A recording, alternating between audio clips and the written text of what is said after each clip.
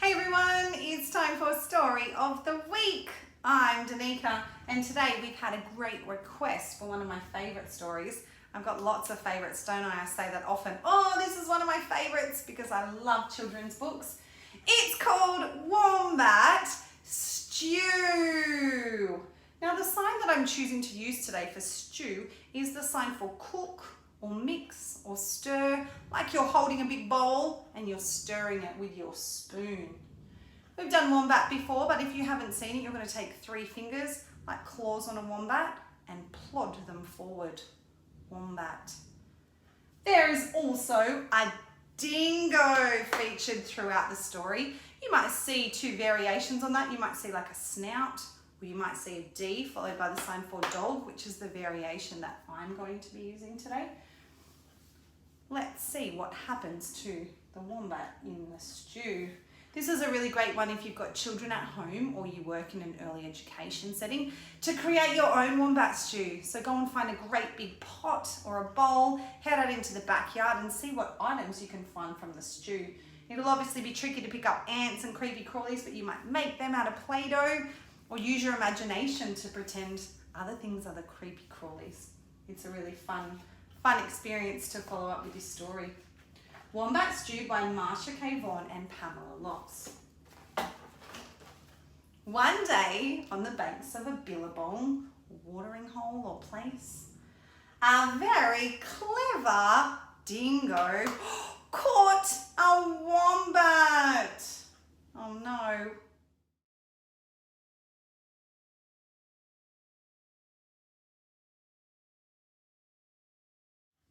And decided to make wombat stew. Wombat stew.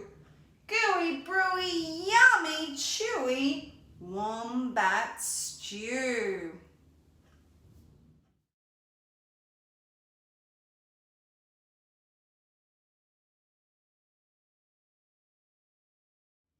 Platypus came ambling up the bank. Ambling means like walking or walking at a nice relaxed pace, nice and slowly. Good day, dingo, he said, snapping his bill. That's how he might snap it.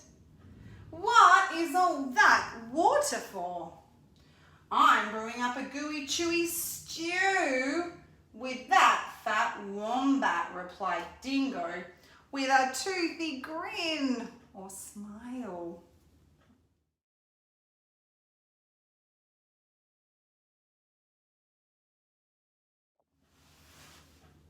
If you ask me, said Platypus, the best thing for a gooey stew is mud.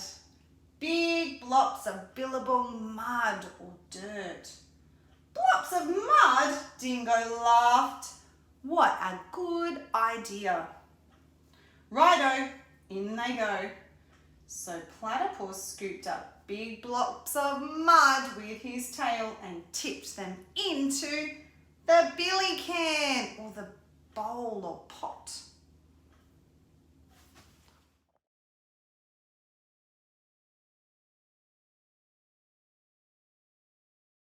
Around the bubbling billy or pot, Dingo danced and sang.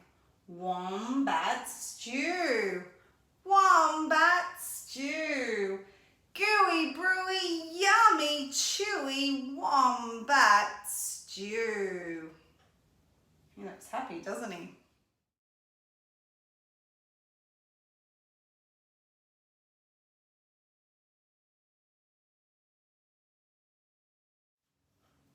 Waltzing out from the shade of the ironbarks or trees came Emu. She arched her graceful neck over the brew. Oh ho, Dingo, she fluttered. What have we here? Gooey, chewy, wombat stew, boasted Dingo. If only it were a bit more chewy, she sighed.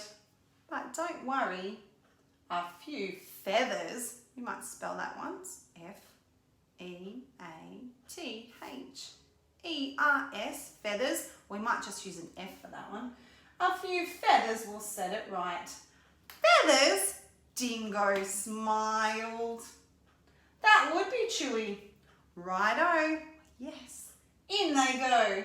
So into the gooey brew, or the stew, Emu dropped her finest feathers.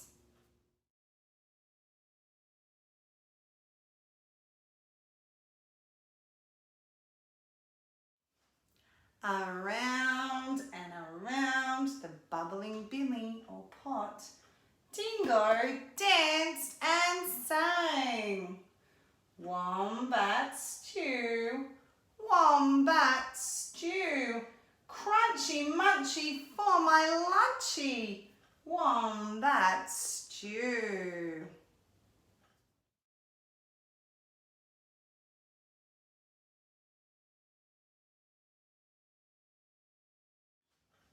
Old Blue Tongue the lizard, you might like to do blue or blue tongue or just lizard.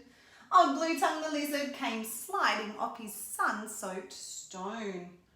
Silly Dingo, he hissed, there are no flies in this stew. Can't be wombat stew without crunchy flies in it. And he stuck out his bright blue or blue tongue.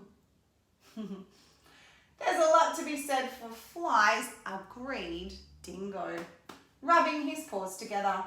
Righto, all good, in they go. So Lizard snapped 100 flies from the air with his long tongue and flipped them into the gooey, chewy stew.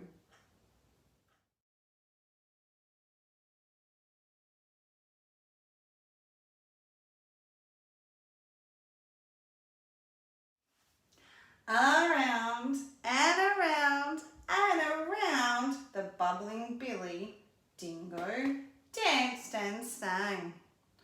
Wombat stew, wombat stew, crunchy munchy for my lunchy, wombat stew. I wonder if you can remember those words next time. It says those ones lots through the story, doesn't it?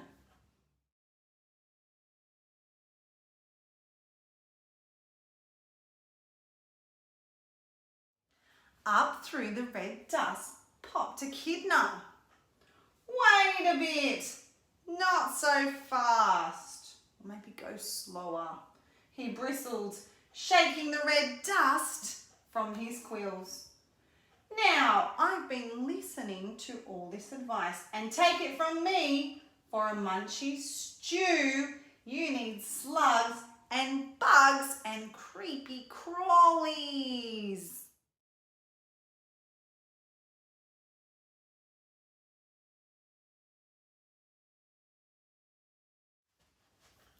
Dingo wagged his tail.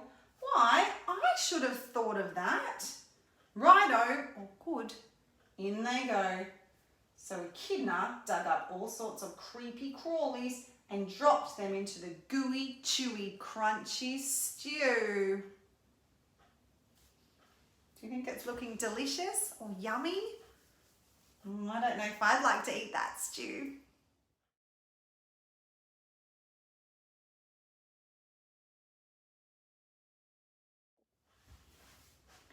The very clever Dingo stirred and stirred, all the while singing, wombat stew, wombat stew, hot and spicy, oh so nicey, wombat stew.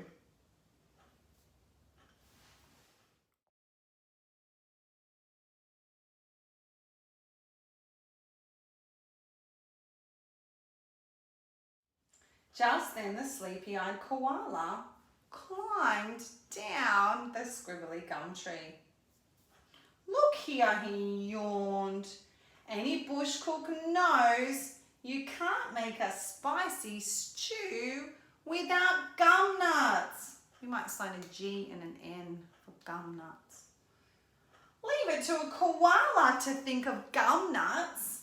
Dingo laughed and licked his whiskers. Righto, all good, in they go.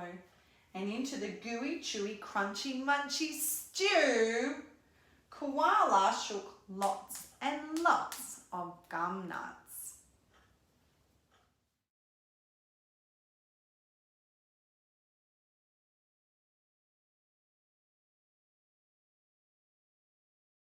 Aha, cried Dingo. Now my stew is missing only one thing. What's that? Asked the animals. That fat wombat. Wait! Stop! Hang on, Dingo. You can't put that wombat into the stew yet. Not yet.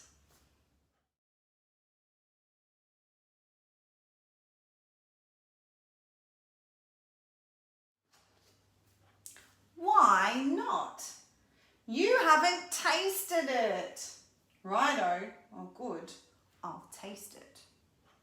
And that very clever Dingo bent over the billy and took a great big slurp of the stew.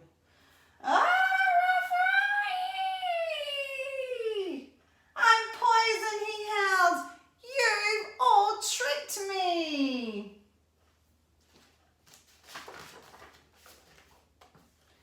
And he dashed away or ran away, went away, deep into the bush, never again to sing. Wombat stew, wombat stew, gooey, brewy, yummy, chewy, wombat stew. Oh my goodness, they all played a great trick on him, didn't they? So that they wouldn't eat, that the dingo wouldn't eat their friend, the wombat. That was clever, wasn't it? I wonder what your stew might look like if you made your own wombat stew. Lots of great opportunities for language learning in that. If you've got an older child, you might like to pre-plan all the ingredients that are going into your stew by making a list. If it's a younger child, you just might like to include lots of brand new vocabulary. They might not know what a gum nut looks like, so you could talk about the texture or the shape, or when you're looking for one or going to find one, give them some clues on what it might look like. Thanks for joining us today for Story of the Week, and we look forward to signing with you again next time.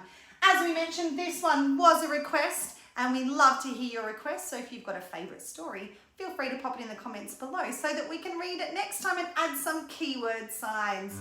Thanks for joining us.